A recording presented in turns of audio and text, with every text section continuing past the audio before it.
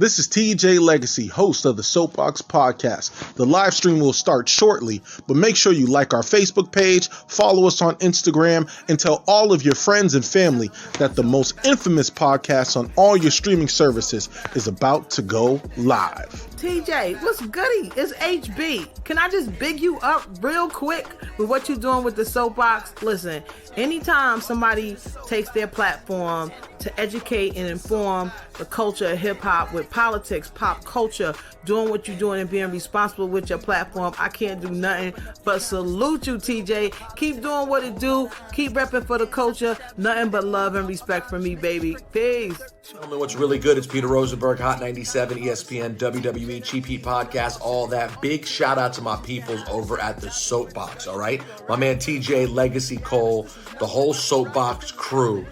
Incredible new podcast, all right? Politics, pop culture, hip hop, even wrestling on occasion. It's all there. So go subscribe and make sure you tune in to the Soapboxx. TJ, what up, man? Appreciate you. Peace to the planet. Charlemagne the God here. What's happening, TJ Legacy Cole? Salute to you, King. Salute to the Soapboxx podcast. The Soapboxx podcast is an independent black media podcast, and they talk hip-hop, politics, pop culture, mental health, social justice, a lot of my favorite subjects. Check them out, man. Tune in, subscribe to them. You never know. I'm out here looking at all the different podcasts that are moving and shaking out here because, I got the Black Effect Podcast Network, so I'm going to be checking y'all out, TJ. All right? Keep working. Hey, welcome to the Soapboxx podcast. I am your host, TJ Legacy, and I am joined and glad to be back, and I'm joined with the crew. You guys just saw our new intro video. Yes, this is the premiere of, I guess you would call it the new season of the Soapboxx podcast. Moving and shaking, doing some different things. Let me go ahead and introduce all the way from Tallahassee, Florida. You see her on the hill. What's going on, Javonni? How you been? Hey, what's happening, everybody? Definitely happy to be back. Starting off September, in the middle of September strong. Yeah. And I've been good, working, reporting, doing what we do best. Absolutely, doing what we do best. All the way from Boston, Brockton, Lady of the North. What's good, Jess A? What's poppin', TJ and the family? What's up? And my man 50 Grand all the way from NYC. My man Alan York. What's good, man? Man, it's a beautiful day in the neighborhood. It's a beautiful day for a neighbor. Will y'all be mine? That's what's up, man. So as y'all can see, making some moves, definitely on Soapboxx's on the radar. Some very special people. Shout out to Heather B from Sirius XM and the Sway in the Morning for checking us out. Peter Rosenberg, Hot 97, definitely checking us out. And shout out to Charlemagne the God, who's definitely checking us out, looking at us. Like you said, you never know. Black Effect Podcast Network. We're there. We gotta go get it, right? So we appreciate those folks chiming in and giving us an encouraging word. But this is episode 65 on the Soapboxx podcast. We're definitely excited to be here. So I want to say, and we're happy to be back. So what's poppin'? Jess A, kick us off. Jess A, what's poppin' with you? What's not popping with me? That's the question. I've been doing a whole lot. No, I'm just joking. I just had so for you guys who don't know, I'm about to give birth to another little munchkin. Oh, Yes, I done did it again. So I had to quarantine babies. For sure.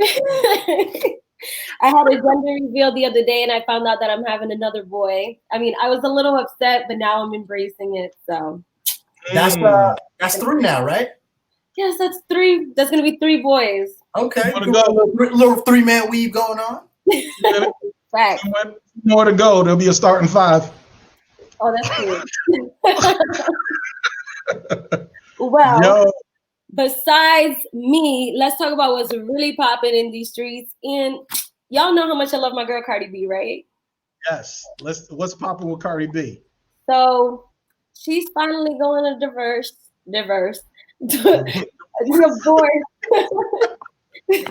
Offset. Yes. And, first of all, I see a little caption: Cardi B files to divorce Offset wants custody of Culture. That is actually false. She wants. It is. Yes, she wants an amicable agreement. She wants it to be very friendly. She said that she's willing to co-parent. She wants to co-parent with Offset. She does not want full custody of Culture. And she just wants things to be like, very friendly between the two. And I think there's nothing that's been confirmed as far as why they're getting a divorce. My assumption is that he was out in the streets doing what he's not supposed to be doing. And, Cardi, she knows her word because she said she's not going to take it no more. And she said deuces. And that's what I would have done. I would have did the same thing. And I'm very proud of her. And any woman that's out there that's in a relationship with a man who does not appreciate you and thinks that he can be out in the streets, baby girl, leave. Because there's 100 more that will give you what you want and will treat you right. And that's what's popping in the neighborhood. So she filed for a friendly divorce. Yes. All right. Alan, Alan or Javonni, y'all have anything to say about Cardi B and her divorcing Offset? Personally, I do not. Not at the moment. Okay. Javonni? Yeah, honestly, I just kind of feel like it happens, and I applaud, like Jess A said, if she's not happy, then let's just kind of end it. But I applaud Cardi B because a lot of women stay, but she is making it clear that, hey, I don't really need to be in this relationship. So if she follows through with it, because we don't know, they can get back together, and then everybody gonna be talking about, see, I told you, love, it happened, happiness. But if she actually follows through with it, I think it's gonna help a lot of women come out of relationships that they don't belong in. Well, I can't wait to hear her next album, because let me tell you, when Invasion of Privacy came out, like I felt that album in my soul. So I cannot wait to see what she comes up with next. Really. I think this is about pure. We live in a capitalistic society, and a lot of marriages are business contracts, basically. So this is simple supply and demand, right? And depreciating asset. Offset to Cardi B is a depreciating asset. When she was first coming on the scene, yes, Cardi B may have put up with some things because she was still trying to get popping into the hip hop culture, into the new wave, and get her career settled and stuff like that. So there's some things that you would kind of put up with. The Migos were helping her out and everything like that. But now that she's established and she's an established brand, you got to count the cost. Offset, she don't need to. Her brand now, if she's out there and women look up to her, knowing that Offset's out here cheating hurts her brand as a business. And so she made a business decision, I'm assuming, if she goes through with it, to cut ties with him. But I will say this when it comes to supply and demand, I would be remiss if I did not say that. So all this conversation about WAP this, WAP that. It ain't keeping them. All WAP is not created equally. The one that asked for the divorce. Excuse me. All WAP is not created equally, and he was out here. It does not keep him. So you better get yourself a personality or have yourself a simp on the side in case of an emergency. That's what I'm going to say. I'm so sick of hearing people say that. Wait, say what exactly? WAP doesn't keep a man. Like, shut up. Oh, yeah. He's the one that divorced him, not the other way around. So no, please. Wait a minute. But he was cheating. So if he was happily at home. He wanted multiple WAPs. That's a mental problem that he got. He wanted multiple WAPs. He wasn't the WAP that he had. That's the problem. But trust me, she will find somebody that is happy. Oh yeah, she'll be single for a good 2 seconds. She'll be single for 2 seconds. She's not gonna have a problem finding anybody else. But you see, Offset, when he put on his Instagram, he wasn't bothered at all.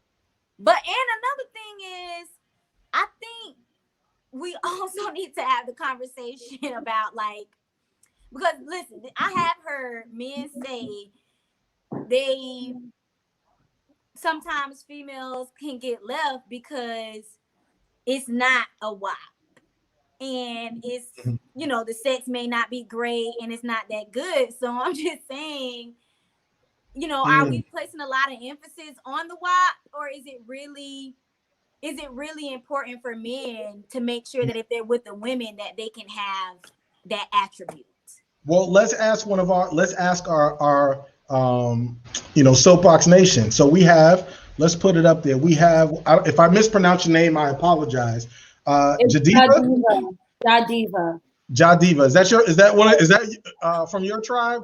She's a Cape Verdean rapper. She's dope as hell. That's what's up, Jadiva. What's up? Welcome to the Soapbox. So she says men don't cheat because they're unhappy. You're right. A guy can cheat with a woman, and it has nothing to do with some sort of emotions or a void. It can, like, we can cheat because we like a certain body part. Like, well, let's not say we, because of course, because I would never do such a thing.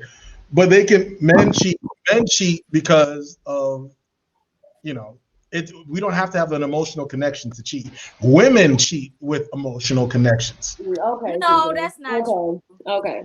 Oh, I'm sorry. Am I wrong for that? Yes. Women can not have an emotional attachment, just like men can do we probably could do it better without the attachment. Oh, y'all cheat. Y'all are ruthless when it comes to cheating. Women are ruthless when it comes. Y'all cheat with our body. I don't cheat, but I will say that if I were to cheat, I could do it without my feelings being involved. Oh, I could do it for sure. Damn, Javonni, what happened? Giovanni's like, I have no conscience. No, it's not. No conscience at all. Okay, I'm saying that when I say my feelings not involved, saying I don't have feelings for the other person. But the reason I choose not to cheat is because I know for a fact the other person is gonna want to be with me, and if he doesn't, something is wrong with him. So I'm trying to help the situation by not, trying to make him feel like there's a chance. Because that's what you do when you cheat. You kind of make the other person feel like it's a chance, and you're gonna leave the other person. All right, we have Stacy Gordon. Shout out to Stacy. I know Stacy over here in Orlando, Florida. She says, and is a cheater with no self-control. So basically, we just have no self-control. We just out here just running around. Right. I don't believe. Look, all these dudes are Offset, and what type of responsibility? Look, women do the choosing. So you can't tell me that she didn't know this about Offset. Right, but she was willing, like you said, in every relationship, you got to count the cost. And so apparently his cost got too high and she filed for divorce, and we'll see what happens with her next. All right, we'll stay tuned to that. All right, so next up, Javonni, what's going on? Big story today with Mr. Andrew Gillum. What's going on with him? This kind of changes the mood completely. Does it? To me, it does. I feel like to go from, well, maybe because we turned the divorce story into the WAP part of it, it kind of shifted the mood. But still on brand. Wait, what was that, Alan? I said it's still on brand. Just different. Go ahead. It's a different type of WAP. Okay, We're talking about a different type of WAP right now. People may think this is political, but for me, I don't think that. Andrew Gillum, he came out on Tamron Hall's show that he was bisexual. Now, we remember a couple of months ago, I don't remember the month, June, July, maybe earlier than that. He was caught on camera with gay men in a bathroom with a male escort. Right.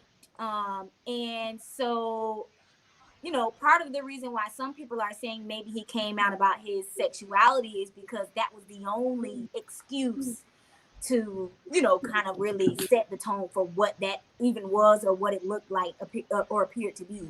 But his wife said that she had known prior that he was bisexual. And the reason he said he wanted to address it is because people were saying that his actions were harming his family, and you know what he's doing is a disgrace to his family. So he wanted to set the record straight, like, I am not that man who y'all describe me as, to disrespect my family, etc. Now, what happened with the hotel and the drugs and the other men, it did take place, but he was not sexual with those men. That's what he said. He never had sex with those guys. And he just kind of wanted to set the record straight, what he was dealing with, and you know, hopefully free his spirit, I guess. Yeah. Well, we have a clip, and we want everybody to take a look at this clip. Thanks, Javonni. The truth is that, Tamron, everyone believes the absolute worst about that day. At this stage, I don't have anything else to have to conceal. I literally got broken down to my most bare place, to the place where I wasn't even sure that I wanted to live, not because of what I had done, but because of everything that was being said about me. What was most hurtful was this belief that I was somehow living a lie in my marriage and in my family. That was the most hurtful to me, because I believe we're all entitled to mistakes. And I believe we're entitled to those mistakes without having every other respectable and redeeming part of our lives invalidated. And I felt like the love that I have between my wife and I, my family, but most important, the authenticity that I tried to lead with, was all in question at this point. And not even in question anymore. Something else had been assumed by that. And to be very honest with you, when you didn't ask the question, you put it out there, is whether or not I identify as gay. And the answer is, I don't identify as gay, but I do identify as bisexual. And that is something that I have never shared publicly before. All right, so that was Andrew Gillum on the Tamron Hall show, coming out as bisexual. Alan, what are your initial thoughts when you heard the announcement? Well, I thought, there's a couple of things, because you know, just listening to a couple of interviews that Ms. Hall was going on a press run in regards to, I feel like there's a lot more information that he divulged in this interview that I would love to get into. Unfortunately, I don't have cable, so I'm gonna have to wait till the full thing leaks on the internet. However, as far as what this announcement is concerned, and as far as some other clips that I have seen, I think that it makes perfect sense. It makes perfect sense for him to kind of get ahead of what everyone else is assuming. Now, of course, this could be wonderful PR spin. But at the same time, like I said, you know, I think this is him kind of, in a sense, covering all bases. Like, okay, yes, you guys know I had an addiction problem. This is why XYZ took place this night. We know that you've seen the pictures, and you know you may have seen the pictures because I identify as XYZ. Now, as far as where the two cross paths, he said that night nothing. Which I also, in another clip, he said that nothing happened consensually on his part that night. So I thought the wording with that was kind of interesting. Additionally, the way that he was speaking in regards just to how he is and the relationship that him and his wife have, is that this is information that she has been privy to. So, you know, taking that into consideration, that's another reason why he also wanted to get out and say, you know, this is not new information to my family. My wife understands who I am as a person, which I do think kind of helps soften the blow internally. Of course, it's going to blindside you when the whole world knows, but as a wife, at least she was able to brace herself for some of the things that she was able to see in the media. So I thought he did as good of a job as he can getting in front of it. You know, at the end of the day, he is still a politician. as of right now, we're going through this big election cycle. And just like anything else, this is something that he's been in the game a long time. I'm sure he has that itch to get out there. So, I wish him the best. I hope that he is not only first and foremost that, hopefully eventually we'll see him back in the runnings as far as being a public servant, but I hope he is getting all of the help that he needs on a mental and a physical level with his addiction or his previous addiction. I will say this. I see it differently, right? And if y'all give me, let me unpack this real quick, right? I know Andrew Gillum. I know Andrew Gillum since when I went to Florida A&M University. I've seen Andrew Gillum. I've supported Andrew Gillum when he ran for governor. Even supported him when I was in Tallahassee, and he was the mayor, right? So when this story initially broke and the pictures came out, I said, you know what? Let me go ahead and give Andrew Gillum some grace because of the character and the type of person who I've grown accustomed to knowing who he is, right? And the service that he's given to not just the Black community, but a plethora of communities, right? So when it came out, I initially saw and knew, I said, okay, this looks like this was this looks like it was set up. If you could see him laying down on the floor, you see a white man's foot standing on his hand. And you could clearly see that he was unconscious. So, so I knew the drugs were. The drugs were definitely strategically placed. It was like the Chappelle skit, sprinkle a little crack on them. Yeah, but here's the thing, right? So that's Andrew Gillum as a person. And when this came out, I said, oh, but one thing is that this was not news. This was common knowledge to people who were in the know. And one thing I will say is this. You can look at rattlers or people in the Black community. We need to stop deading this whole Black community is homophobic thing, because folks heard rumors or grumblings or kind of had an inclination of his sexual identity, and yet still supported him all the way through for him being a governor. So it wasn't about his sexuality. It was never about his sexuality. People were shocked and disappointed that he put himself in that situation in Miami, which to me, to this day, he has still yet to answer to. So that's Gillum as a person. And so we want to wish him well on that. But I'm going to tell y'all straight up right now, I'm done with Andrew Gillum as a politician. I'm done with it, because here's why. The incident happened. When we talk about accountability, the incident happened. It wasn't about your internal struggles with your sexual identity has nothing to do with you being in the room with male escorts and drugs everywhere and vomit and shit everywhere in the hotel room.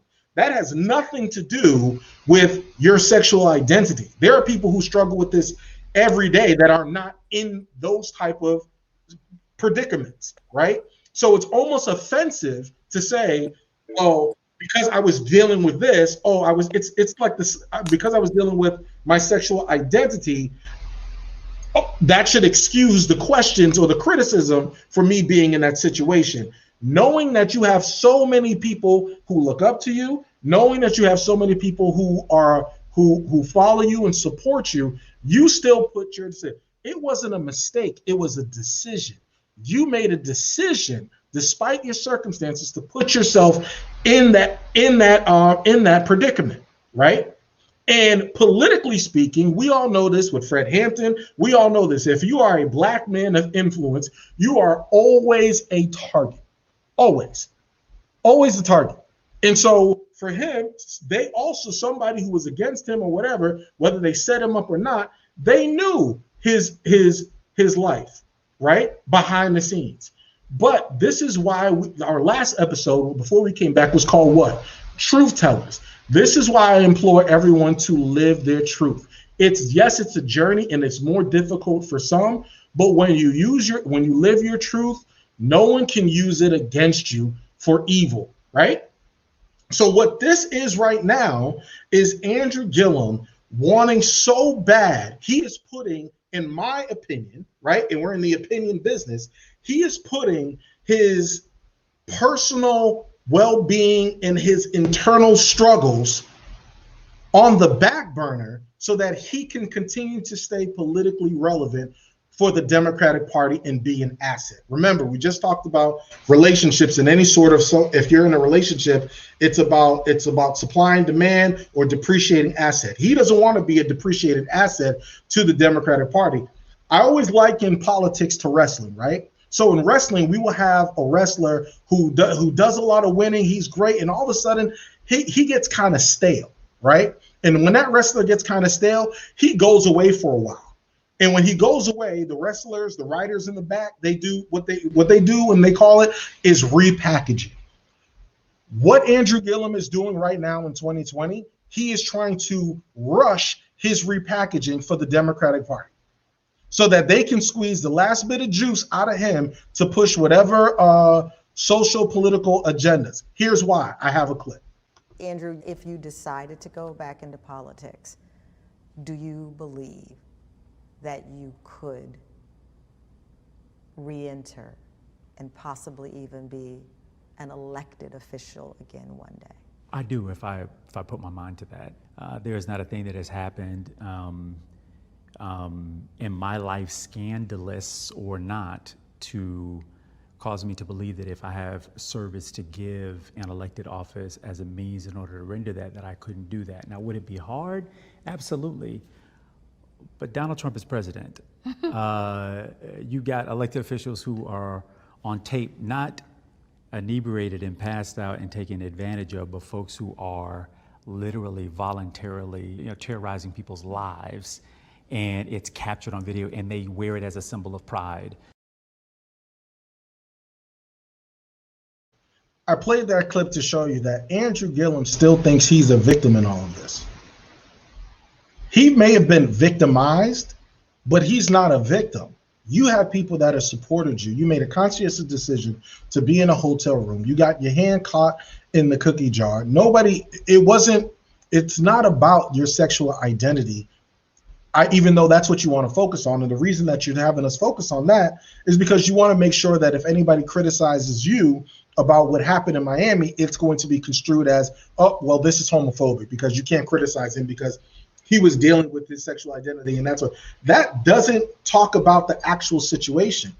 And I don't know if you guys saw when Timmerman asked him the question about his political career, he kind of was leaned back like, yeah, this is why I'm here. That's why he's here. He's there because he wants his political career to continue, but your political career and your political capital that you had with the people in the community is because of your outstanding integrity and the belief they had in you and what you represent, right? So you can't come out as gay because then people are going to question you and your integrity as far as, well, if you identify as gay, well, why do you have this wife and it doesn't answer for the infidelity, right? So what I don't understand, and these are the questions that I still have, did she know that you were in that hotel room? Was she okay with that? Because if we're not okay with someone like an Offset or some of these other politicians cheating, right? Then we have to hold him to the same exact standard that we held everybody else. And the fact that he can compare his situation to say, well, Donald Trump is in office. Trump is not the bar. Trump is not the political bar that you should be attaining to. You are held to a higher esteem than Donald Trump. So to sit there and say, well, there's other politicians that have done worse things than me, so I should be given another shot. That's not someone I think who's humble. That's not someone who I think understands white supremacy and understands that how he was used by white supremacy and because he doesn't understand white supremacy. That's the reason why he's in this situation to begin with. And so Andrew Gillum as the person, I wish him well. And I don't think it's right to use certain things. And I'm going to be a realist. I don't think it's right to use things like alcoholism, sexual identity, everything other than, hey, this is me and I fucked up. Right? I don't believe in that. If you messed up and you did something, hey, this is me, right? Then you can sit there and have some healing and some reconciliation. But if you're not going to do that and you're going to try to paint this picture of you being the victim, oh, now you're with your sexual identity, just so that you can be now used by the Democratic Party so that you can be repackaged so you could once again run for office. I don't think it landed like they wanted it to. It came off disingenuous to me.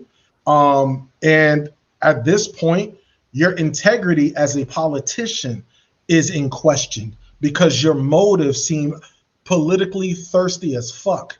And so that's why I wouldn't support you as a politician, nor do I think anybody else should support you. And it has nothing to do with your sexual identity, because guess what? I think most people kind of had an inclination of your sexual identity and they supported you anyway. So that's my thing on Andrew Gillum. I think that I think you do make some good points. I do think that you also come from a point of view of kind of inside the hurricane eye, right? Because the majority of people, whether it be the general public or the voting public, even in Florida, they are not privy to the circles that you are privy to. They're not, I understand that both of you all went to FAMU. Both of you are active in the community. So for yourself to kind of know these things and, and may have an inclination in the people that is different than the general public. So it's not going to land with you how it lands to the general public, from which I'm seeing a lot of people are happy that he is telling his truth. So I don't think it's going to be as big of a career hindrance to you personally. As it is to you, to the general public. But I think we're talking about the same thing. We have to separate when we're talking about politicians, right? Now, if this is Andrew Gillum, the man, okay, all day, every day, right? Like, and people were saying, oh, well, we shouldn't judge Andrew Gillum, or, oh, well, we should just mind our business. Andrew Gillum put this out there. Nobody asked, even though those pictures were taken of him, you got to be accountable. You went to the room. You put yourself in that situation, right? So correct. You put this stuff out there. Now, what I want to ask everyone who's either watching, or I'm gonna turn it to the ladies, this is a real thing. This is a real situation, right? And I wanted to ask, would you be comfortable, and I ask you too, Alan, I'm gonna pose this question. Would you be comfortable in a marriage with someone, or a relationship with someone who struggled with their sexual identity? Wait, let's be a couple of things here. Mm-hmm. One, I think it's fair to say. I think we need to preface this by saying, just because of the things that you're saying that he didn't address, no one on his panel has seen the complete interview. So I think it's unfair with us. No.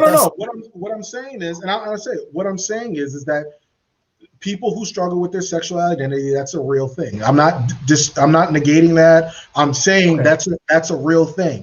However, from someone who is a partner, if you're dealing with all of this, now that it's public, right? Do you feel like you would be able to stay with someone or work through a relationship with someone who is struggling with a significant other who's struggling with their sexual identity? And I'm sorry, just like I said, before we move forward, not only that, but I think we need to understand that understanding that you're bisexual is not struggling with your sexual identity. No. I'm going back. I'm going back to his specific words, right? He said he struggled with even saying that out loud or owning your truth. That's what I'm saying, right? Would you, someone who's not open about their sexual identity, right? Because let's be honest, this happens all the time. There are women that get in relationships with men. Well, his wife did know, right? But there are women who get in relationships where if a man decided, hey, you're in a relationship, and he decided, hey, I want to have a conversation with you. I'm struggling with this, or this is my truth. How would you react? I think that's a fair question. For sure. I'll pose it to the floor. I don't know. I don't think like I feel like if I knew that before getting married, then maybe that's something we can work through. But if you're telling me this and we're married, I just don't think that I could be with somebody. What about you, Jay? No. No. He can't be. He gotta like all of you. He can't dibble and dabble in others. He can't have different preferences. mean, and more so, it's not. Yeah, pretty much what you're just saying. And I think the other thing is just like, I don't want to imagine my husband or a man that I'm with who makes me do certain things sexually, him allowing another man to do that same stuff to him. It's just like, to me, it's just like, so we like the same things are females. Or like, kind of, we're both vulnerable about the same type of thing sexually. Like, y'all can't talk about that over breakfast.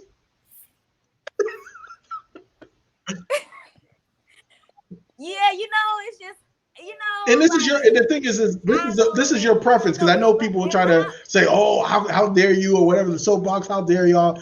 No, everybody has their preference. No. Yeah. Right. And I'm not saying that me and him would be great friends, and I'm a very understanding person. I'd be like, wow, really? Like, that's something that, we could have talked about, and we'll just move on from there. Just but not in a relationship with me. I would just say, whichever, be with somebody who wants to be with you, and while you do what you do. Yeah, I actually, and I'm gonna be transparent. I actually dated someone who she struggled with her sexual identity. Right? It was something the same for women. That's something we could definitely talk about. No, it's like she struggled with it too, and it kind of was like I walked in on it, and I was like, oh, and it kind of shocked me and stuff. But I was a lot young. Invite you to be a part of that.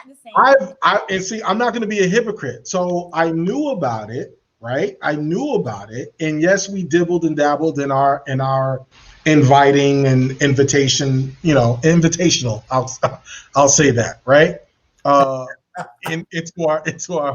Into our love space, but it was but to know that it was going on without you, that's a completely different. Yeah. That's cheating is still cheating, right? Yeah, So that's still some sort of some betrayal, right? I feel like with women, it's levels to sexual identity, like, and men too. But I think that's the problem, is that men, some of these guys, they, because of that standard where we always talk about equality, maybe some of these guys are like, well, I can't have a safe space because I'm gonna be judged, and I'm not gonna be judged as women because it's more acceptable. Women are softer. What do they call it? What do they say? Lipstick? I don't know if that's offensive or not to say, but I don't know. Go ahead. I'm sorry. Go ahead, Jay. Well, I was just thinking, like, I think it's levels, because even, if I chose to be in a relationship and the person told me they were bisexual, and like Andrew Gillum said, but he doesn't step out of his relationship, whatever. Okay. He can't have a visit? Maybe we can, You gonna give him a visit? Malfunction. No. Okay, so this is what I'm trying to say. Maybe that can be worked out. But if I'm married and you tell me sometimes you want to be a woman or you want to be me, then that's different. That's what I'm saying. It's different levels. Like, okay, he likes the same sex as you. Okay, but now if he would have said, sometimes I like to dress up like women, that's different. Oh, I think that's going into the transgender type of conversation. That's which we could have another time. I don't know if it's that, but yeah, I think that's a whole nother that we could definitely unpack later. How can you really classify? What I'm saying is, how can you really determine, what a person would accept in a relationship based off their sexuality? I'm just saying, because there's so many different levels to it. It's a conversation. What about you? What about you, Jess A? Jess A is selfish. She don't want nobody even talking to her. Don't talk to nobody who talking to Jess A. Jess A's a fighter. I'm sorry? I said you don't add Three's Company. You don't want to add nobody else. I'm really not with that.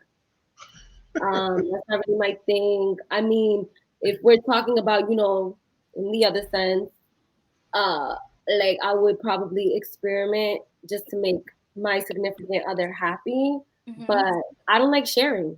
And I just don't want it like that. But see, that's what I'm saying. I think we're getting the conversation confused because Andrew Gillum wasn't saying that they like to have open relationships. He was just saying I'm bisexual. Yeah. So which still doesn't answer the question as to what nigga, what were you doing in the hotel room? Well, he was getting. I mean, after that happened, he came out and said, "Listen, I was depressed.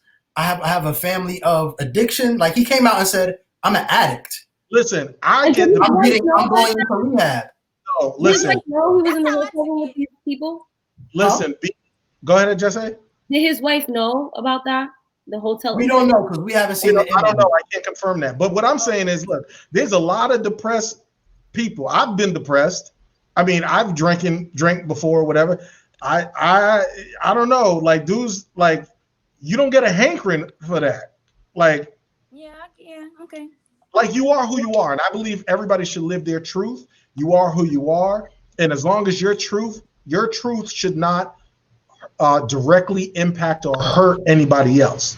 And I feel like he needs to own that, because not only did his truth, I'm assuming, potentially hurt his wife, but also potentially hurt the people who supported him, because now the people who voted for him, because he was in the situation, not his sexual identity, in the hotel room in that situation, they are now dealing with the next time they say, hey, I want to support somebody for governor. Guess what the running joke is? It's like, oh, last time you wanted to support somebody for governor, he was blah, blah, blah, blah, blah. And that's what's unfortunate, and that's what's unfair. But we can definitely unpack that. We'll be watching Andrew Gillum, and he's more than welcome to come on to the Soapbox and have a conversation with us at all. Hopefully he will. I did interview him one time. So, but I also wanted to say, TJ, just so that everybody on the Soapbox Nation knows, what Andrew Gillum said didn't bother me, nor is it changing how I view him as a politician. Yeah, well, I think as a person, I hope he gets his healing, and I hope he does well for him. But as far as the political thirst that I'm seeing, I think he needs to kind of scale back, because the rollout that he thinks is that the way it's landed, it's not landing the way that his PR team thinks it's landing in the public eye for him to either garner sympathy or support, right? And I would like to say that, just from my perspective and everyone that I'm seeing outside, my lens, it looks like it is. So, yeah. All right, we'll leave it at that. Hey, keep or cancel. Let's do it. Hey, Jess A. Allen, hit it. Yeah. So I have had an intro for this later. What was that? I said we'll have an intro for this soon. All right. Cool. Yeah. I'll spit a little saying, I can make a little song with Allen. We could do this. Okay. Go ahead. Keep it canceled. Let's hit it. So you know how we were talking about my gender reveal earlier, and how I found out. So let me just tell you guys how I did it, because people do different things. So what I did was I had a chocolate fountain, but it was with white chocolate, and the person who knew the gender had a dye, and so the dye would either turn blue or it would turn pink once you put it into the chocolate fountain. So I put it, and then it turned blue. Woo-hoo. It's a boy. It's a boy.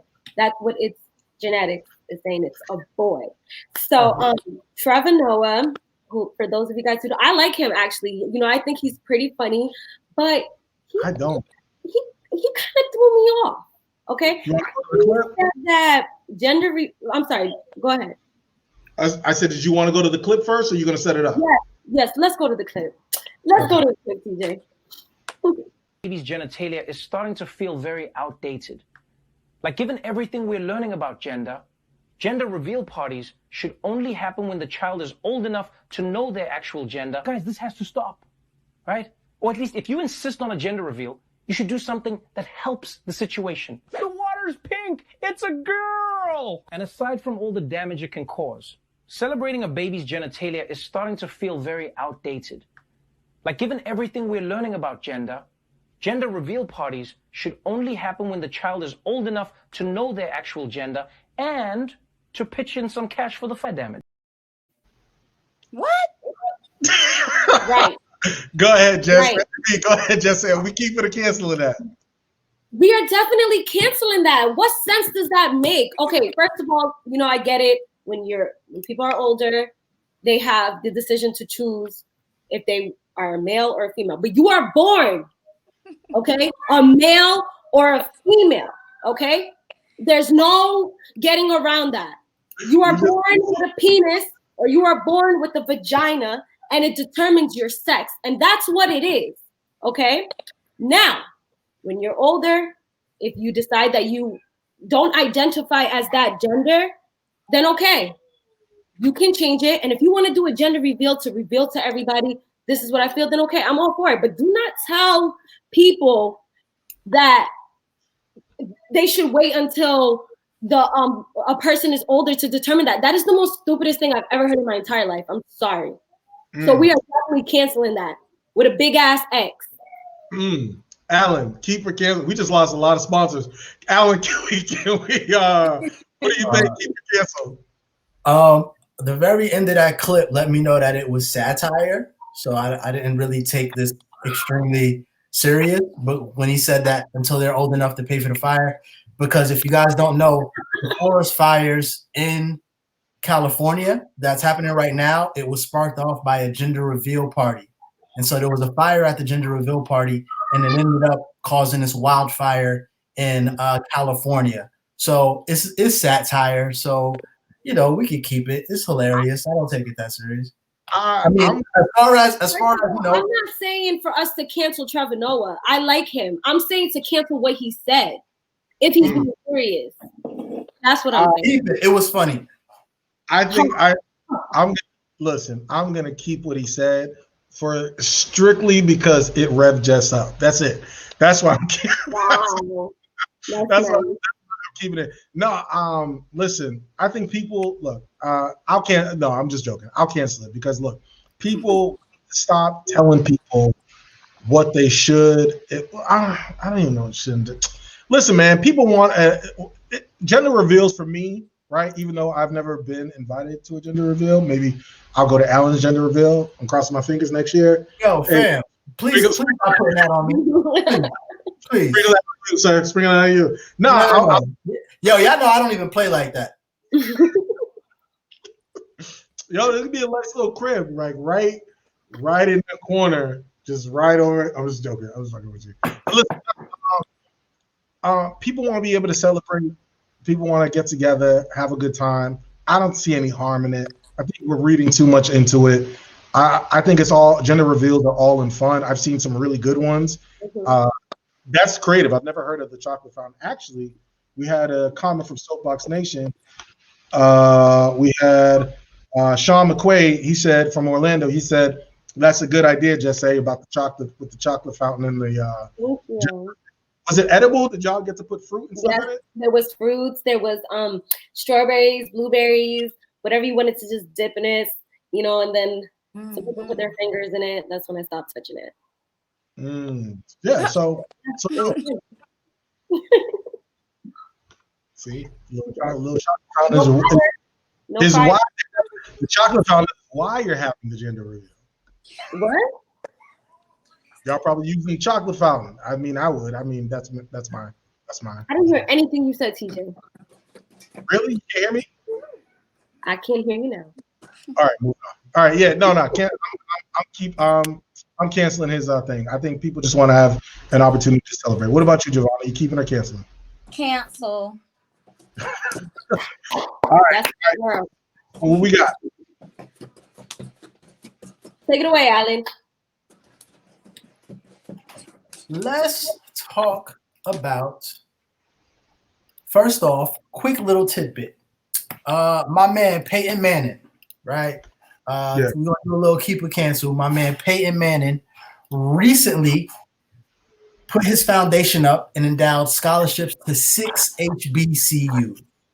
So 6 HBCUs, Peyton Manning endowed, issued some money to between his foundation, between him and his wife. So shout out to Peyton Manning. So as of right now, I've heard some conspiracy theories that this is just getting ahead of when people find out he's a Trump supporter, but we're not able to say anything because he donated to 6 HBCUs. So just overall, how do you feel about this information getting out? Peyton Manning, keep it canceled. I am absolutely going to keep this. Word. I'm going to keep it too. I think there's going to be a new wave of support. It's definitely because Kamala Harris went to an HBCU. I think there's going to be a new wave of support from celebrities and all the social justice thing that's going on. New wave of support for people who want to support HBCUs, Black students. So, hey, we'll take your money. And I heard they're trying to do loan forgiveness for undergrad. So for HBCUs, shout out to HBCUs. So I'm gonna keep it. What do you think, Jess A? Definitely gonna keep. Would never cancel anything that's positive. So I'm definitely keeping that. Word. Let's go to the next one. Are we doing keep it canceled Power book? I didn't see Power yet. You haven't, Javonni, have you seen it? Whatever they're calling it. Yes, I have. I think we should keep it. Oh, I think I'm definitely keeping it. Young Black Hollywood. Yeah, it was pretty good. Young Black Hollywood. Speaking of HBCUs, Woody, I forget his last name. The character who plays the hot-headed dude. He was the guy who played in Bobby Brown for BET. Woody went to FAMU. He's in Power Book. It's a dope show. Last episode. Oh, y'all didn't see it, so I don't want to ruin it. But yeah, I like the writing's pretty good. I didn't. Did you mention Mary J? Oh yeah, Mary J. Blige, Method Man. I thought I wasn't gonna like it because of Tariq's character in the original Power, but I'm interested. You got Paige Hurd, and then I forget the lady's name, but she's gorgeous. Some gorgeous sisters on that show too. Gorgeous. Love her eyes. But yeah, I'm definitely keeping it. Yeah, I'm interested. I'm keeping it. What about you, Alan? You don't watch it and just say you didn't see it. I haven't yet, and I will. Nope. But I wish them the best. Keep Black Hollywood. Yes, absolutely. Well, with this Power Book 2 thingy with that post, yeah, I do like Tariq's character more in this one because he was really getting on my nerves. Yeah. In the first, I was like, come on, Tariq. Like, you really treating your daddy like he did not do his right. I was just I don't know. But I think Javonni, I have a question for you. What it looks like to really hustle super hard for your family because he's having to do it, So. Javonni, I have a question. Is the teacher is she a nympho? Who? The teacher, was that what she was talking about? The little advisor lady who had the sex scene? You gotta wait a minute. Are you talking about just the first episode? No, I'm talking about the second one. Did you see the second one? Oh, I haven't watched the second one yet. Oh, spoiler. There's an amazing sex scene in there. And you know what's so funny? I was watching it and I was like, man, she's cute. She's having a sex scene right now. And bam, watch it. But I gotta go back and watch that scene. But Woody, shout out to him, and he's been doing his thing. Shout out to FAMU. His character is great. I love his character. And I already know they're gonna be getting into a lot of trouble between him and Mary J. Blige. So I'm just like, please, don't get this boy killed too early in the show. Yeah. Method Man's doing a good job too. I think Woody's Woody's trying to play the new Tommy. So we'll see. He's the Joe Pesci in Goodfellas. He's the hothead. So we'll see. Mm-hmm. All right, Jess A, Alan, we got another one for Keep It Canceled. Yeah. So we're talking about if we should cancel the film Cuties on Netflix. I personally have not seen it, but I have been reading about the controversy that surrounds it. I remember that they had posted an image of like all the little girls, and they were, I guess, in very provocative poses. I don't know. Do you have a clip or a picture that we can show? I do not have a clip because of the controversy. I did not want to get flagged. Gotcha. So I was like, yeah. So no. Yeah, so a lot of people are basically saying that they're exploiting these kids and they're just over sexualizing them. And like I said, I haven't seen it yet. I don't think I'm going to watch it only because of the way that it's being talked about. I mean, I have 3 sons, but if I had a daughter, I wouldn't want to see her in that light at all. So I don't know. Have you guys heard of it? Have you guys seen the images or the previews or anything like that? Oh, I've heard of it, and I heard people were trying to cancel all of Netflix. And to them, I say, I just got Netflix. Okay, I just got these streaming services. All right, I'm on a different social status now. Okay, I got WWE Network, I got Hulu, I got Netflix, I got Disney Plus. Like I'm up there now. Now y'all want me to cancel it because of these kids? No, I'm just saying. Look, I didn't watch it because they were like, hey, it's child pornography, and that's good enough for me. Like, don't all you gotta say that to me once. Is if you tell me it's child pornography, I'm not gonna click it. I'm not gonna watch it. I don't even want to know on my computer. So so I'm definitely going to cancel the movie because any sort of controversy with the movie with kids where it's even insinuated that it could be child pornography is probably not a good idea or a good look. So I'm gonna go ahead and cancel it off the bat. Same. What about you, Ray? Or just say? I'm definitely canceling it. You don't even gotta ask me. Next person. Javonni?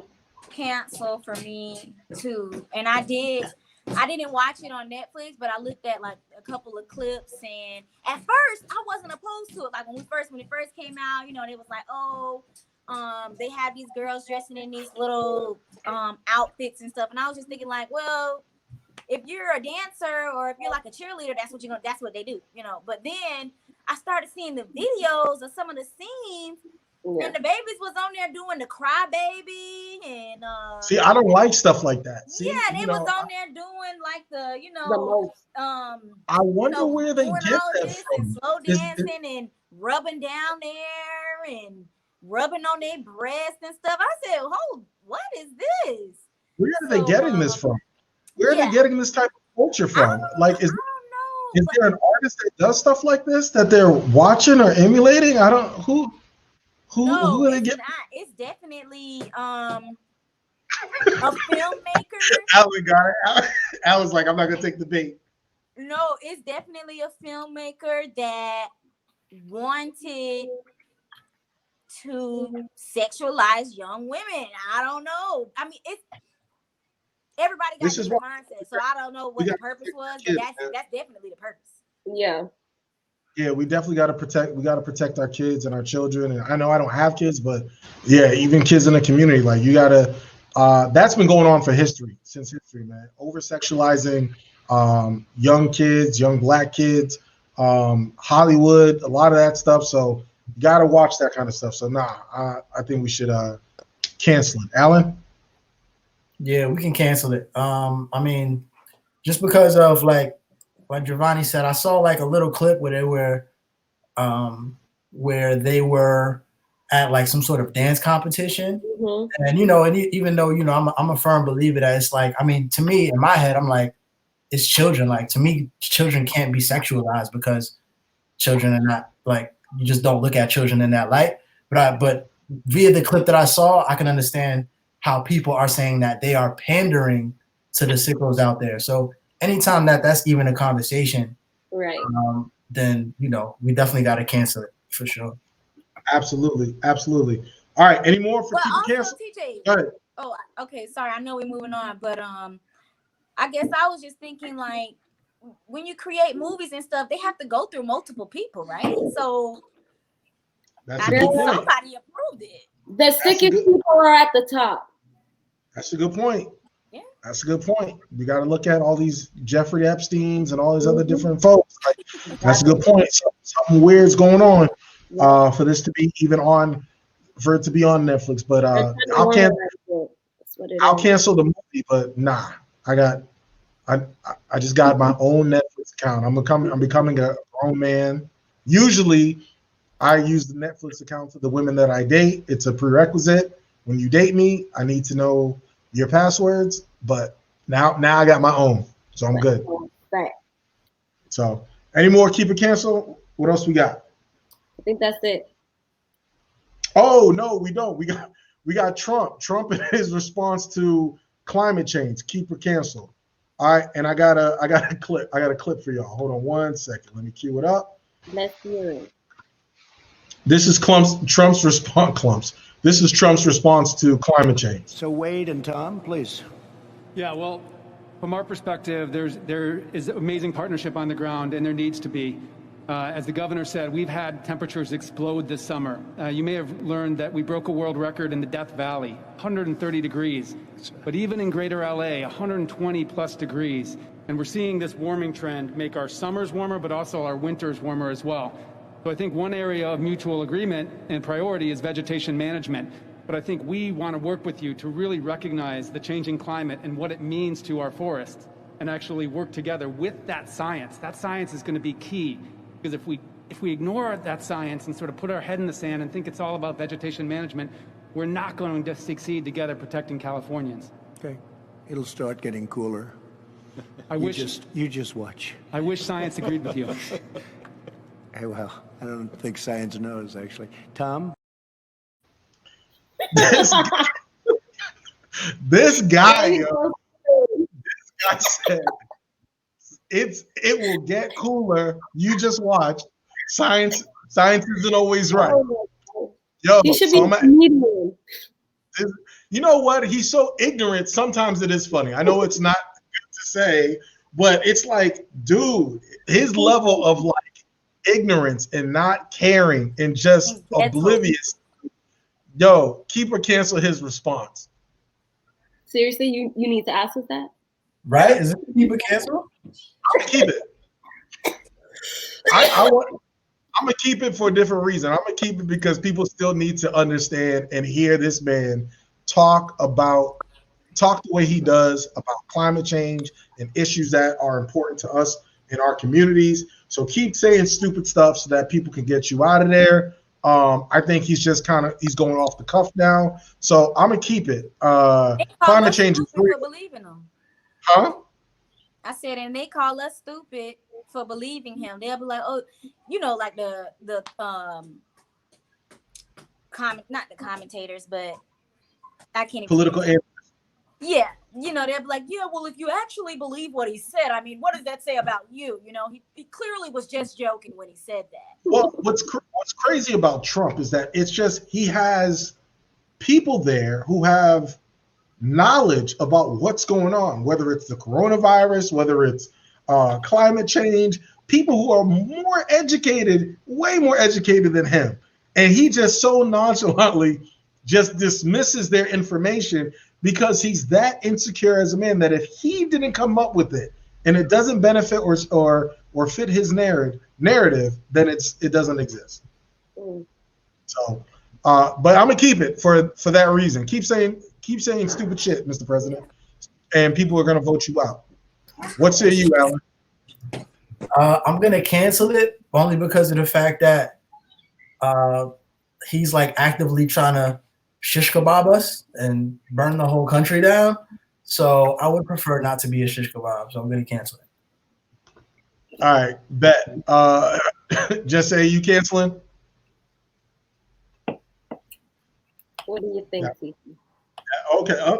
This is a podcast, so I have to. I'm a host. So We're definitely gonna cancel him, and the stuff that he says, we just always gonna cancel him. You know, he has people who really like. They believe everything that comes out of his mouth. So they do. We're gonna have to cancel that, and along with everything else that he says. Except it's definitely. But you know what? You actually brought up a good point, right? There are people we know that he's ignorant because we're educated people, but there are people him saying that, and he says, "Oh, it'll get cooler," and there are people that's like, you know what? It was a little cool. He's right. It was a little chilly today. It was a little chilly today. Blissful ignorance. Javonni, are you keeping or canceling? No, but yeah, you definitely made my point. Like, it's people for real, like, well, actually. But yeah, it was so funny to me though. I just bust out and started laughing at a lot of stuff that Donald Trump says. Because some stuff, it's just funny. It is. But it's a cancel. Yeah. No doubt. All right. So moving on to our next topic. Yes. So did we talk about Alicia Keys? Mm-mm. Did you want to mention Alicia Keys? Alicia Keys. So Alicia Keys is partnering up with the NFL, right? She's partnering up with the NFL to support black-owned businesses, right? And so this is where we talk about a new segment that I like to call, which is Sounds About White, right? And so Alicia Keys doing that, that's good that she's doing it.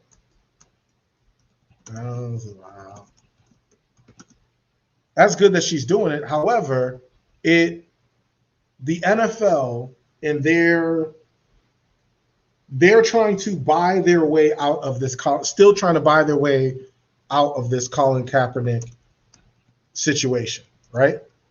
Where it's not about whatchamacallit. What is going on with my computer? It's not about actual change. It's about cosmetic, just putting a shrubbery and making it more sleight of hand, more cosmetic, more like putting Band-Aids on gash wounds. So the partnership, it goes back to the point I made about the Jay-Z situation with the Jay-Z deal. It's like, yeah, you can pay your way. I mean, Donald Sterling, who used to own the LA Clippers, he paid his way for a lot of things. He was still racist. He still subscribed to white supremacy. And the NFL is going to partner with any black person that they possibly can, but they still will not address the stuff with Colin Kaepernick and how they treated him and the exile of Eric Reed. So, shout out to Alicia Keys for trying to do some good, but the NFL still doesn't get any passes from me because you can't focus on all these other different things and you have yet to address this situation. Like, it came out that they said, well, Roger Goodell said, well, I wish I would have listened to Colin Kaepernick sooner. Roger Goodell has still yet to even have a conversation or call or reach out to Colin Kaepernick. So how could you say that you care about these issues, care about things, you want to pay money to this, pay money to that, but you're not addressing the original issue? So it's a double-edged sword to me. I'm glad that Alicia Keys wants to get involved, but I'm just not with the letting the NFL off the hook. What do you guys think? I feel like they're learning. Maybe with time they will take accountability, and I'm not dismissing anything that they've done, but it's a step in the right direction. Like, we can't negate what they're doing either. Like, that's actually something positive, and you have to think about how many black-owned businesses are actually going to benefit from this. So I get what you're saying, but there are also some positives, so I'm going to keep. Okay. What about you, Alan? I think a couple things. I think it's very telling. Well, one, the NFL is a league. The NFL as a whole cannot give Colin Kaepernick a job. That has to go through an owner. I don't believe that. So whatever Roger Goodell says, Roger Goodell does. That's fine. Because Roger Goodell doesn't own the team. It's a fact. I disagree because there's a precedent. Roger Goodell picked up the phone during the NFL draft and called the St. Louis Rams at the time and told the St. Louis Rams to draft Michael Sam. And they did. So he's a commissioner, even though he works for the owners, he has influence. If he wanted to make sure Colin Kaepernick was on the team, he'd be on the team. So that's why I disagree, because there's actual precedent that he has influence to actually do what he says he cannot do, because he did it for Michael Sam. Influence is fine. He still can't place Colin Kaepernick on the team. he can make it. I'll let you go ahead. So the fact that, and I think at this point it's like, of course, I think it is a testament of how powerful that Collins statement was, that here the NFL is. They do look silly because they're doing all of this backpedaling. And 5 years later, they're saying that he was right. Recently, I understand that in the beginning of the montage that they had, they actually put his face up on the video. It definitely feels like a lot of pandering.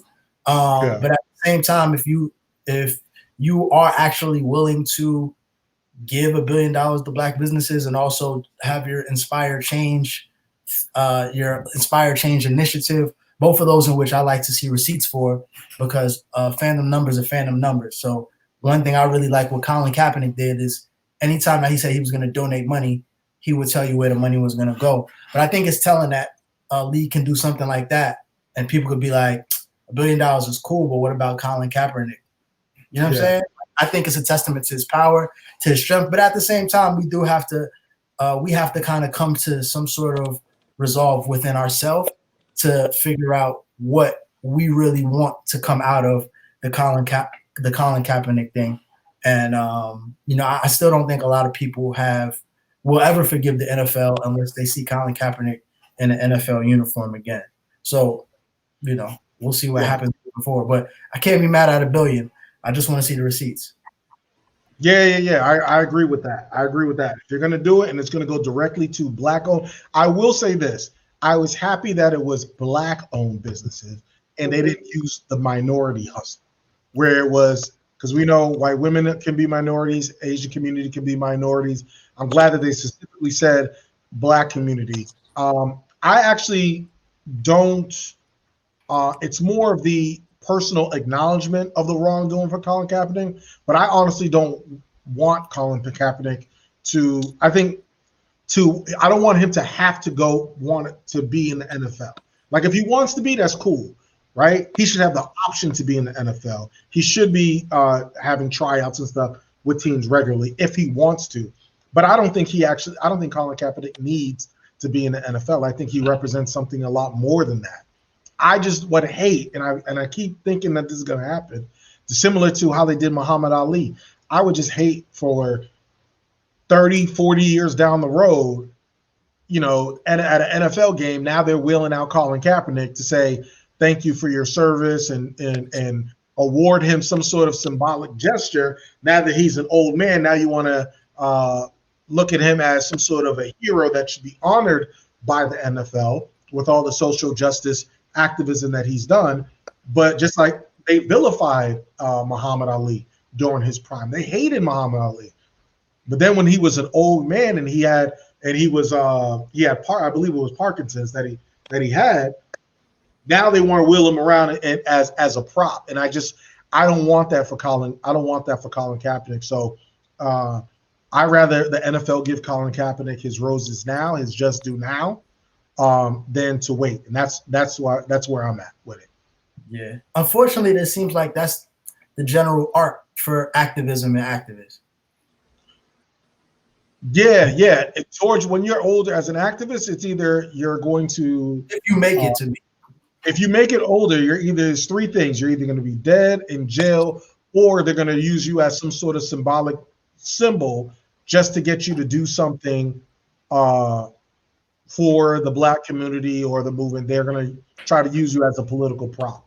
And so I hope that he doesn't become a political prop. The Madden was a good gesture, and I'm glad he worked that out with the video game, but I want him to, he doesn't have to be in the NFL, but I want him to have the option. And right now, he still doesn't have the option, and neither does Eric Reed, who's his friend, who stood by his side, who also doesn't have a job right now. So while the NFL is trying to do all of these things, this is why I say sounds about white, is because this illogical way of thinking where you can still do the things that you're doing that are wrong and discriminatory, but then you're going to pay everybody else to make you think that you're on the side of the movement, and it comes off disingenuous.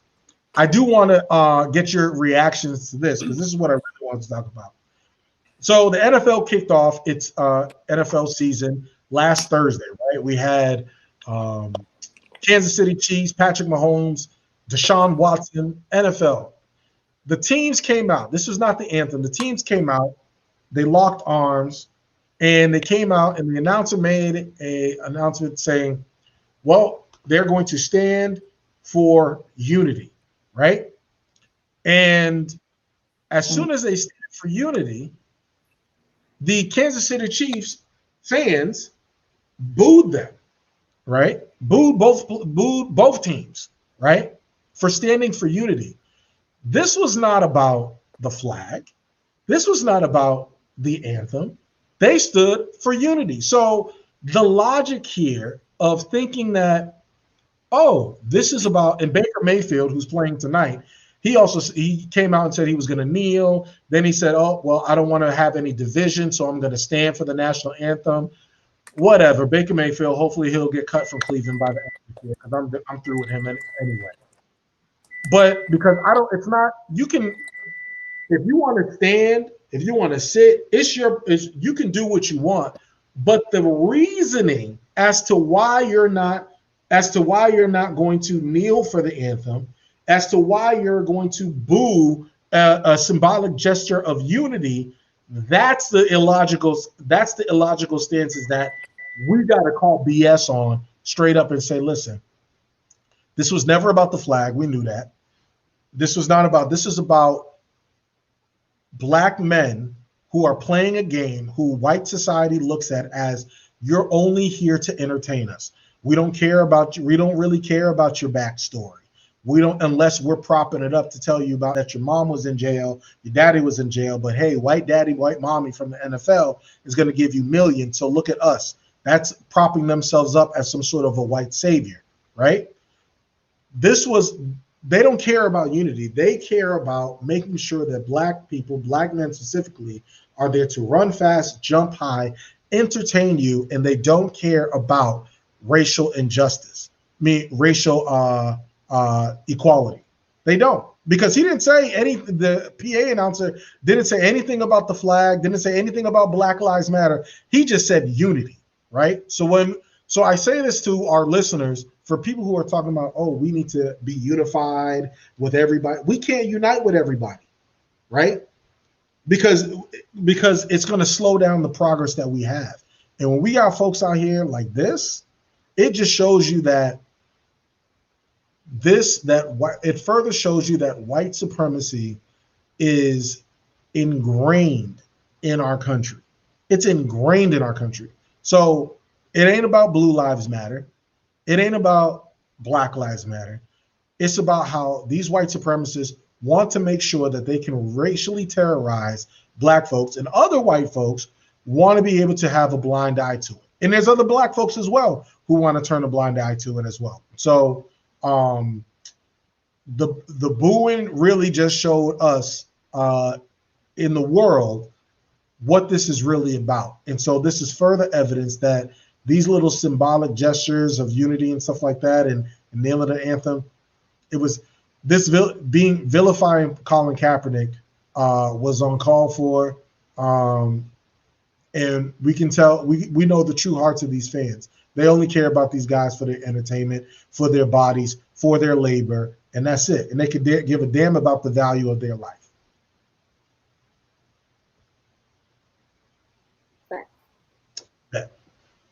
That. So, any thoughts about? Do you guys have? What did you guys think of some of the other gestures? Have you seen, ladies? I don't know if you guys have watched the NFL yet this year, but have you seen any? Alan, have you seen any of the gestures?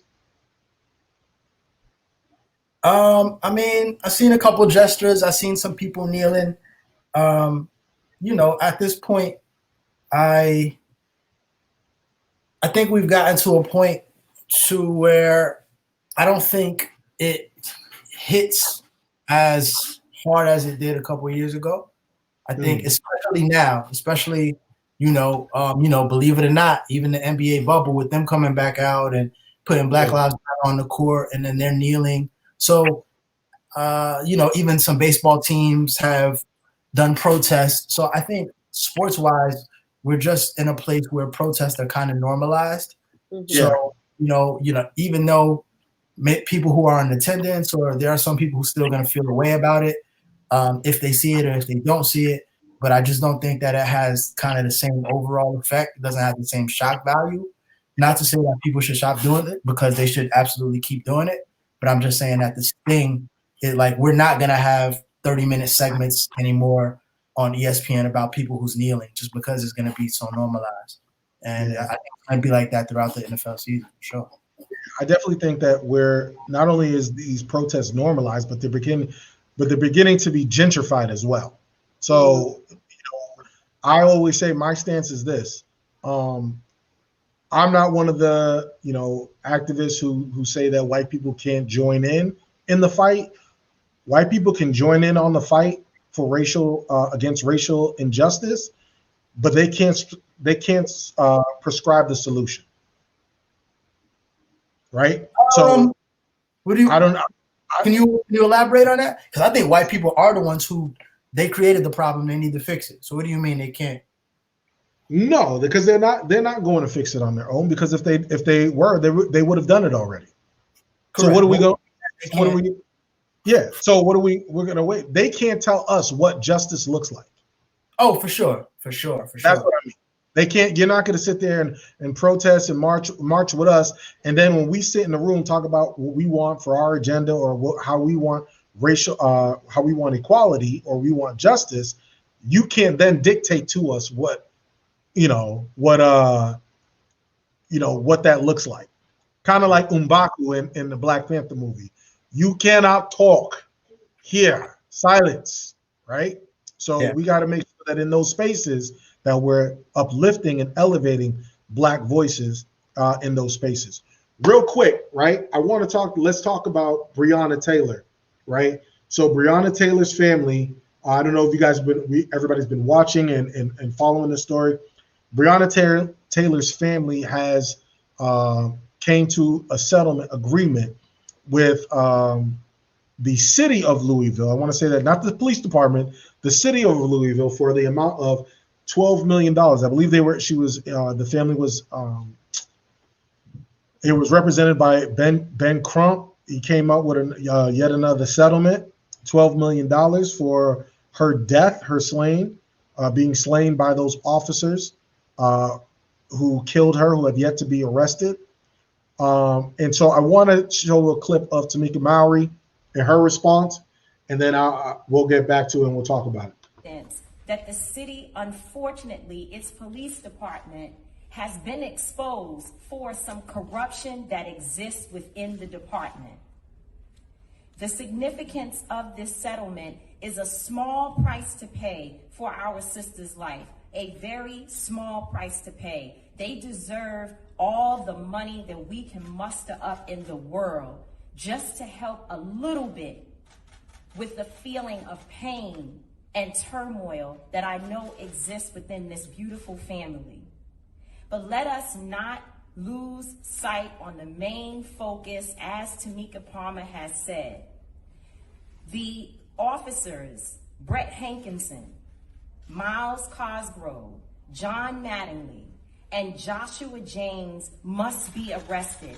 We cannot forget about Joshua James, the man who lied on a no-knock warrant application that sent police officers charging into the home of Breonna Taylor and Kenny Walker. We cannot forget about any of those officers. And if this police department is to do right by this community, if you know of other officers who were involved, they should be arrested and indicted immediately. Yo, facts. Two-part question. I want to ask y'all this. I think she's 100% right.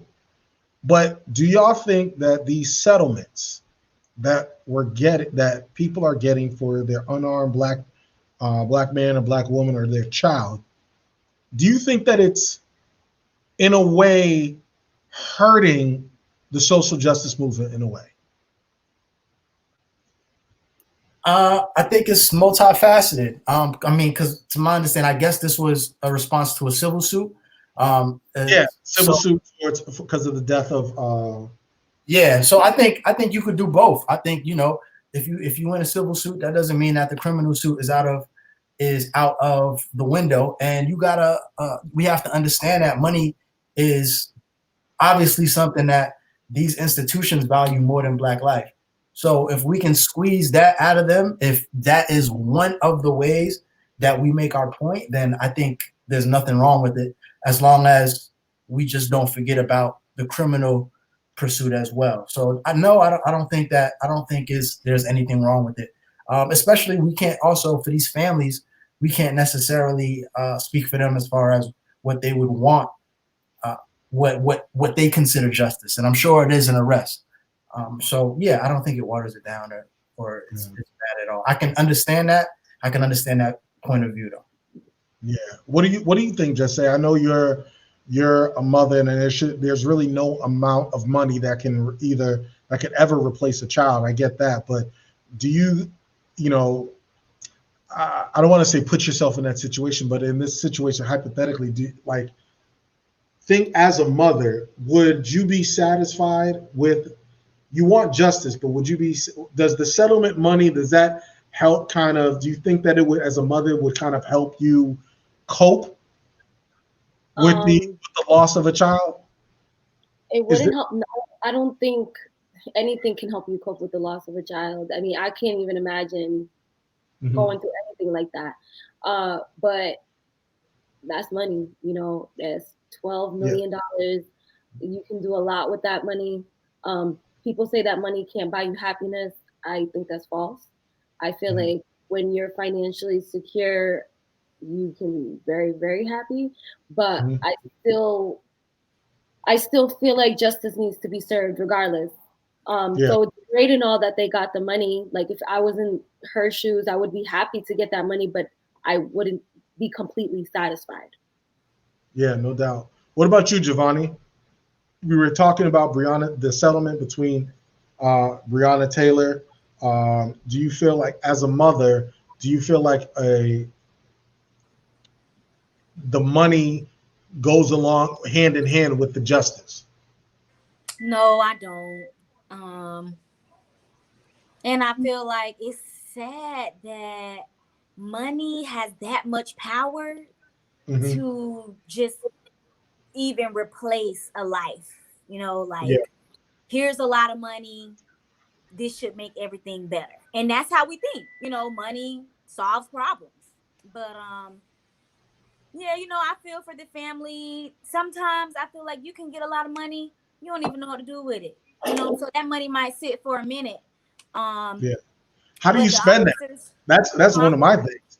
How would you spend that, knowing that, okay, I just got 12 million. I mean, I guess you can start a foundation, and yes, you're financially stable, but for me, if anything was to happen to my family, it's like, how I know that this vacation I'm on is being paid for by the loss of a potential life in my family. Yeah. It's almost like blood money in a sense. Yeah, maybe because I don't have it. Because $12 million, I don't have it. But knowing that I'm living a better life because of a loss of a life, is something that's extremely tough for me to swallow. And this goes back to the whole symbolic gesture thing, right? This is another, finance, economics. We want to make sure that we're financially stable and economically empowered. However, when politicians use your daughter's name to create laws, not even to create laws, not even to change policies, just to kind of put her name on a law, to, use your name and the hashtag and stuff like that, but you still didn't arrest or hold the people accountable for what you did. And it's just like I feel like in this country, we're living in a world of evasive accountability, right? Where it's like, oh, I'm not going to be accountable for that. Hey, look, it's like, don't look over here, look over there. We've seen this with Gillum. We're seeing this with the NFL. Now we're seeing it with the Breonna Taylor. No one wants to say, hey, I messed up. These guys should be charged. Because trust me, if the roles were, if this was a white woman and they would be arrested. And the fact that it's gone on this long and we have this district attorney who's basically cooning up to the Republican Party, cooning up to, just kind of saying, oh, I'm not going to be, we're doing an investigation. What's there to investigate? How long has this been going on? So I think, I would be torn, right? If anything, actually, I'm not torn. If anything happens to me, God forbid, tear this shit up, all of it. Tear it up. That's what I'm saying. Like, I don't know, man. This whole settlement business, I just feel like it's a new hustle, because you get the settlement, you get a foundation, and then all of a sudden, now what? Now we even have some of these mothers of these slain victims. Now they're politicians, right? And are they like so? But you're politicians and you're propping yourself up. But what actual change is happening in our communities? What's changed in our circumstances since Trayvon Martin? If we really ask ourselves, right? And so something in the system is flawed. I'm not mad at the family for wanting some sort of financial, accountability for themselves, just similar to Kobe's wife when the helicopter crash. She wants her settlement because of negligence. I get that. But when it comes to the movement of itself, it almost like when you get the settlement, it's almost like the people who are racist or who are white supremacists or the people who are against the movement say, oh, okay, see, they made it all better. It's not us that we got to worry about. We still want them to be arrested. We still want the fight, right? We got to worry about the people who are on the other side, who don't value our lives, to say, oh, okay.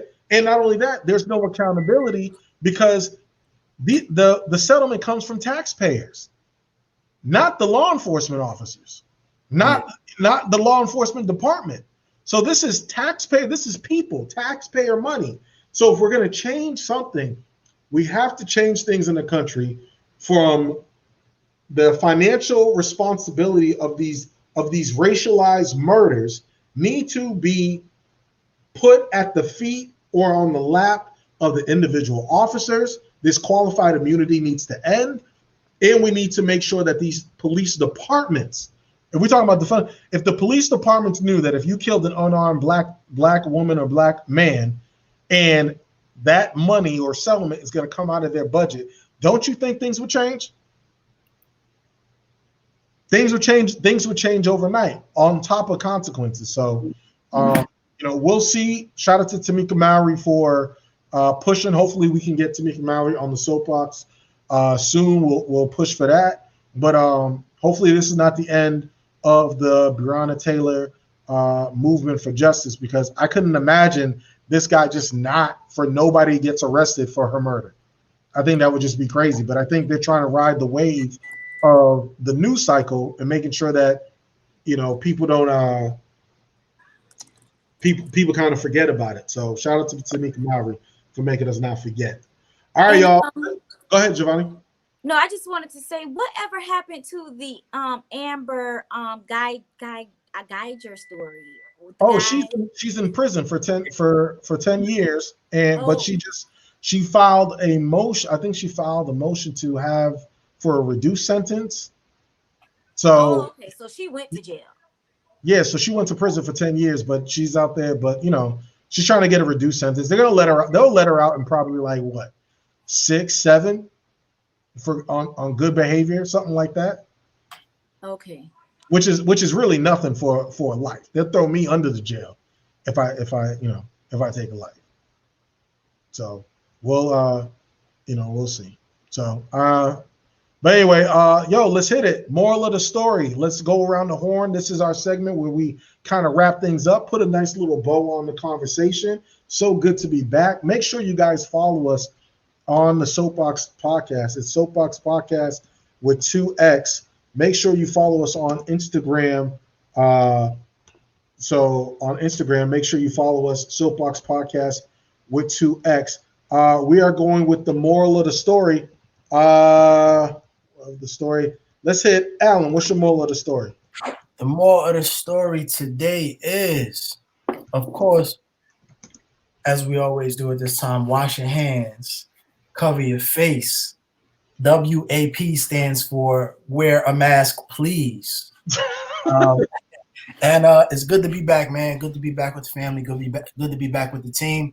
Protect your mental, and keep on rolling. Word. Javonni, what's your moral of the story? My moral of the story is speak your truth, be true to who you are, whatever that is, whatever that looks like. And if you don't want to, express those things, you probably should try your best to keep it private. Word. Jess A, moral of the story. The moral of the story is know your worth. If you think they're cheating, it's probably because they are. Leave him today or her. That's what's up.